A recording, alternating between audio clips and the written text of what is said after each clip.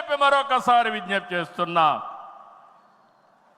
ఇవన్నీ చేసుకుంటూనే మీరు ఒక్కసారి చరిత్ర కూడా ఒకసారి చూస్తే కొన్ని కీలక అంశాలపై అందరికీ అవగాహన ఉండాలి. రాజకీయ అవినీతిని ప్రజలు పట్టించుకోరని అపోహలున్నాయి, కానీ ఇది నిజం కాదు. అందుకే అవినీతిపై టీడీపీ ఎల్లప్పుడూ పోరాడుతూనే ఉంటుంది. పోరాడాం, మళ్ళీ పోరాడుతూనే ఉంటాం. 4 దశాబ్దాల ప్రయాణంలో అవినీతి పైన రాజీ లేని పోరాటం చేసిన ఏకైక పార్టీ తెలుగుదేశం పార్టీ. ఉమ్మడి రాష్ట్రంలో మీరు ఒకసారి చూస్తే 84లో ప్రజాస్వామ్య పరిరక్షణ ఉద్యమం నుంచి నిన్నటి వరకు విధ్వంస పాలన వరకు మరువలేని పోరాటాలు చేసిన పార్టీ తెలుగుదేశం.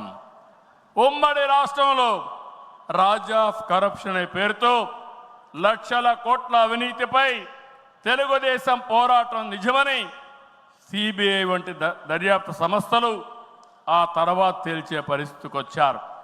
అది మన క్రెడిబిలిటీ. మనం ఎప్పుడు కూడా ఆరోపణలు చేయం. వాస్తవాల్ని దృష్టిలో పెట్టుకుని ఎవరు ఎక్కడ అవినీతి చేసినా చివరి వరకు పోరాడిన ఏకైక పార్టీ తెలుగుదేశం పార్టీ. హైదరాబాద్లో ఔటర్ రింగ్ రోడ్డు కానీ, వ్యాన్పిక్ సిటీ కానీ, హిందూకి ఇచ్చిన భూములు కానీ, లేపాక్షి భూములు కానీ, ఇలాంటివన్నిటిపైన మనం పోరాడాం. దాని పర్యవసానం తర్వాత ఇన్వెస్టిగేషన్ ఏజెన్సీ అన్ని ఒప్పుకునే పరిస్థితికి వచ్చారు. ఓబులాపురం ఆక్రమ మైనింగ్పై మనం చేసిన ఉద్యమం నాడు దేశంలోనే ఒక సంచలనం. ఓబులాపురం ఆక్రమాలు నిజమని 10 ఏళ్ల తర్వాత కోర్టులు కూడా గుర్తించాయి. నిందితులకు శిక్షలు వేశాయి. మనం చేసిన ప్రతి పోరాట ఫలితం నేడు కళ్ళ ముందర కనపడుస్తుంది. అది తెలుగుదేశం ప్రత్యేకతని మరొక్కసారి విజ్ఞప్తి చేస్తున్నా. గతంలో ప్రభుత్వాలు చేసిన అవినీతి ఒక ఎత్తు అయితే వైసీపీ ప్రభుత్వ అక్రమాలు మరొక ఎత్తు. కూటమి ప్రభుత్వం అధికారంలోకి వచ్చిన తర్వాత విధ్వంస పాలకుల స్కాముల లెక్క పెడుతున్నాం. ఇన్వెస్టిగేషన్కి ఆర్డర్లు ఇచ్చాం. తప్పకుండా ఒకటే చెప్తున్నా, ఎవరు అవినీతి చేసినా కక్కిచ్చే బాధ్యత ఎన్డీఏ ప్రభుత్వం తీసుకుంటామని మీ అందరికీ విజ్ఞప్తి చేస్తున్నా. అదే మాదిరిగా ఎన్నికల్లో మనల్ని గెలిపించి అవినీతి పాలకుల్ని ప్రజలు తరిమేశారు.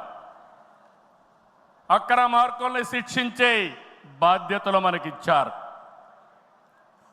ప్రజా సంపద దోపిడీ చేసిన వారిని, గాడి తప్పిన నాయకుల్ని, అధికారుల్ని ఉపేక్షించే సమస్య లేదు.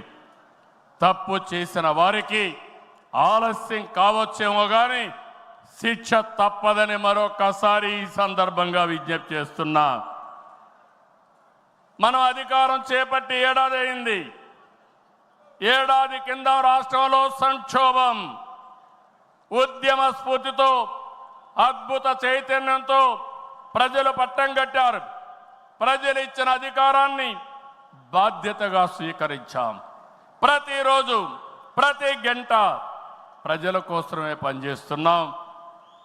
ఒక మంచి ఆలోచనలు మీ అందరితో కలిసి ఈరోజు ఈ కార్యక్రమానికి శ్రీకారం చుట్టాం. అనుభవంతో, ఆలోచనతో, కేంద్ర సహకారంతో కూటమి ప్రభుత్వం బీజేపీ జనసేన సమన్వయంతో ఒక్కొక్క ఇటుక పేర్చుతూ రాష్ట్రాన్ని నిలబడుతున్నాం.